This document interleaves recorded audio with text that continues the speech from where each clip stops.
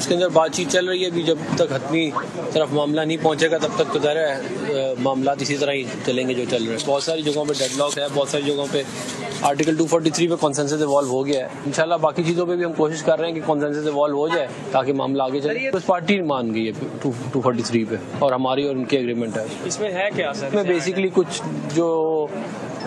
کچھ نئے عہدے ایڈ کیے ہیں, کچھ عہدوں کا نام تبدیل کیا, لیکن جو پاور سٹرکچر ہے جو پہلے ہے. وزیر اعظم کے مشیر رانا ثناء اللہ کہتے ہیں 27ویں ترمیم کا مسودہ پیر یا منگل کو قومی اسمبلی میں پیش ہوگا. 27ویں ترمیم کا مسودہ اسٹینڈنگ کمیٹیوں کو بھی بھیجا جائے گا. اسٹینڈنگ کمیٹیوں میں مسودے پر 2 دن تک بحث ہوگی. سینٹ سے مسودہ پیر کو منظور ہوا تو قومی اسمبلی میں منظوری کے لیے 3 دن چاہیے ہوں گے. آئینی عدالت کے قیام پر پیپلز پارٹی اور نون لیگ کا اتفاق ہوا ہے. آئینی ترمیم میں دوہری شہریت کو ختم کرنے کی تجویز ہے. 27ویں ترمیم آئین اور پارلیمنٹ کی روح کے منافی ہے. بعض لوگوں کو طاقت دیں گے تو وفاق خطرے میں آئے گا. سینیٹر علی ظفر کا کہنا ہے ملک کی سالمیت اور عدلیہ کو مزید داؤ پر نہ لگایا جائے. ترمیم سے متعلق اپوزیشن سے نہ رابطہ ہوا نہ مسودہ دیا گیا. حکومت ہم سے مسودہ شیئر کرنے کی ضرورت بھی نہیں سمجھتی. ان کی ترامیم لے اور دے کا کھیل ہوتی ہیں. 26ویں ترمیم بھی رات کے اندھیرے میں لائی گئی تھی. یہ ترمیم پارلیمنٹ میں آئے گی تو دیکھیں گے. اسمبلی اجلاس میں بھرپور احتجاج کریں گے.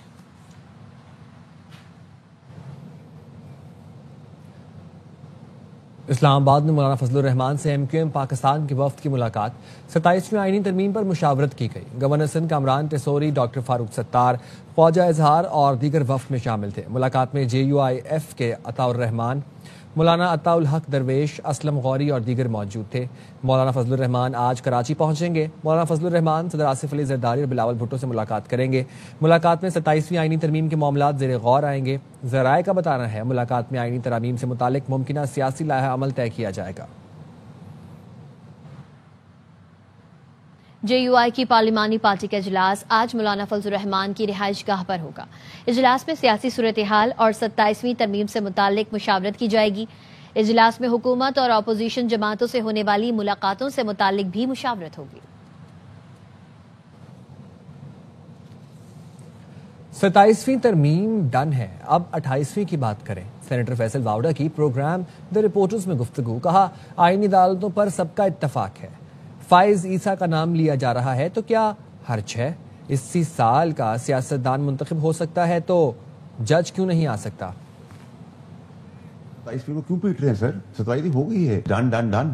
28ویں کی بات کریں. پورے نظام کی ضامن نہیں پیپلز پارٹی, اور اس کو ڈیریل جمہوریت کو وہ نہیں ہونے دے گی. جو بلاول صاحب نے جس کو کہہ رہے ہیں آپ کے پرچہ لیک کیا, میرے خیال سے وہ پبلک کو ریپرزینٹ کرتے ہیں, اور میرے خیال سے اچھا ایسا اقدام کیا انہوں نے, یہ باہر لا کے پبلک کو ساتھ انگیج کر لیا. وہ پبلک فگر ہیں. وہ کانسٹیٹیوشن کورٹس پہلے بھی بننی تھی, اب بھی بننی ہے, اس پہ سبھی کا کنسنسس ہے. ریٹائرمنٹ اگر 85 سال کا سیاستدان جس کو 10 آدمی کھڑا کرتے ہیں, 20 آدمی بٹھاتے ہیں, 100 آدمی سناتے ہیں, ایک آدمی بٹھاتا ہے, لٹاتے ہیں, سناتے ہیں, تو وہ اگر 85 سال میں پرفارم کر سکتا ہے تو 78-70 سال کی عمر میں ایک عام آدمی کیوں نہیں پرفارم کر سکتا؟ آپ, میں, کوئی جج یا کوئی پولیس والا. جن ناموں کو اسپیکولیٹ کیا جا رہا ہے وہ بھی کوئی ہمارے دشمن ملک کے تھوڑی.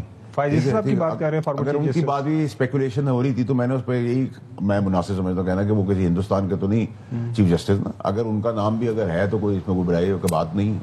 شامل کریں گے ایک بریک. ساتھ رہے گا.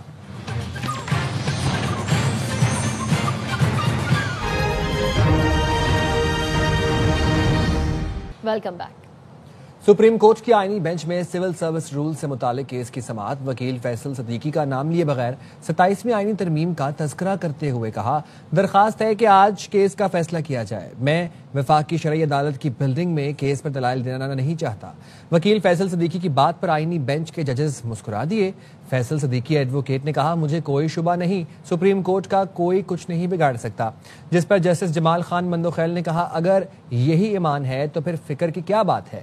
عمارت کے تبدیل ہونے سے اختیارات کم نہیں ہوں گے. جسٹس امین الدین خان سر کی سربراہی میں آئینی بینچ نے کیس پر سماعت کی. انسدادی دہشت گردی عدالت فیصل آباد کے حکم پر صاحبزادہ حامد رضا کو سینٹرل جیل منتقل کر دیا گیا. پولیس نے سنی اتحاد کونسل کے سابق چیئرمین صاحبزادہ حامد رضا کو انسدادی دہشت گردی عدالت میں پیش کیا. صاحبزادہ حامد رضا کو جمعرات کو اسلام آباد پولیس نے گرفتار کیا تھا. صاحبزادہ حامد رضا فیصل آباد پولیس کو گرفتاری دینے کے لیے جمعرات کی رات پشاور سے فیصل آباد جا رہے تھے. انسدادی دہشت گردی عدالت فیصل آباد نے